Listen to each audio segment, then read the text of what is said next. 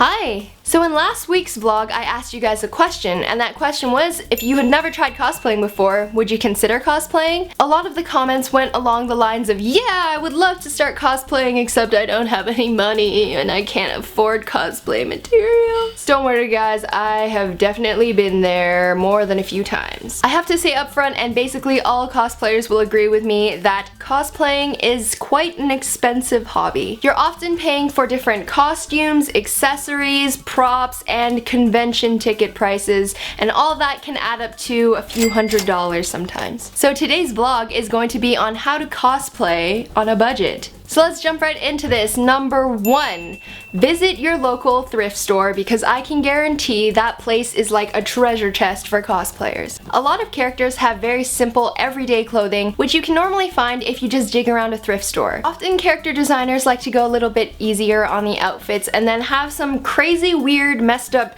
customized style for the character's shoes, which you would never find in real life. The great thing about visiting a thrift store is that you can find cheap shoes, which you can easily just paint and modify, and it won't cost you that much. I have been super lucky at the thrift store. I found so many different things that I've needed, and I think one of my most lucky purchases has been a pair of Adidas, like brand new Adidas, which I found for $15 at the thrift store, which I used for my Scout cosplay. So next, if you can't really find the type of clothes that you need at a thrift store, you might have to head down to a fabric store. Okay, going to a fabric store can be a little bit scarier for those of you who are just starting out with cosplay, but believe me, it is not that bad. Fabric might cost a little bit more, and there's the additional challenge of actually having to sew the outfit, but believe me, the fabric store has a lot of discounted materials as well. Usually at the back of a fabric store, they'll have lots of different discontinued and ended fabrics, which you can find lots of cool different colors for very cheap prices. A lot of my cosplays have been made by just continually raiding the sale section of a fabric land to find the color that I need, because honestly, if you look at some of the prices for the more expensive materials out there,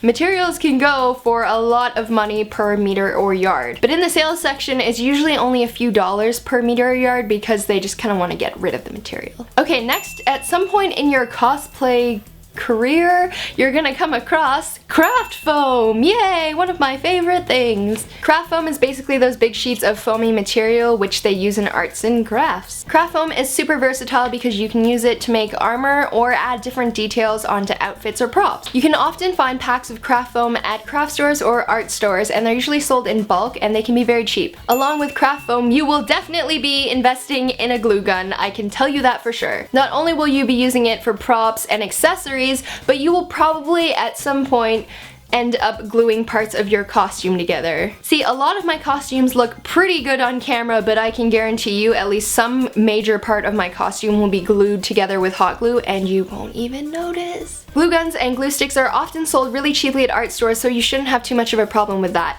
Plus, you're gonna be using it for everything, right? So it's a good investment. Okay, for bigger props, it's a little bit harder just because of the materials that you're gonna need, but this advice you can keep with you in your cosplay life and in your everyday life. Sachie's moment of wisdom. And that is to look out for sales everywhere. Honestly, tons of stores will offer coupons or discount codes on their website, and take advantage of that. And believe me, it's pretty stressful having to buy expensive things while you're rushing to finish that costume before a convention. So there are some things out there that you can't really cheat, and they might cost you a little bit more money. One of those things is wigs. Now, if a character has the same type of hairstyle as you, then you are lucky and you are set and you don't have to worry about that. But if your character has some crazy hair, you're gonna have to spend some money on a wig. There are lots of good marketplaces online where you can get gently used cosplay wigs. Now, you might have to spend a little bit more to get a better quality cosplay wig, but honestly, it'll show in real life and in photos. Now, all in all, if piecing together cosplay is still too expensive considering the money that you need and the time to make it, you might consider buying a pre-made one or a commissioned one. If you consider material costs and labor costs, then sometimes it's a little bit cheaper just to buy online until you have the time to make one yourself. Okay, last thing that isn't exactly cosplay but is very closely related anyway is convention passes.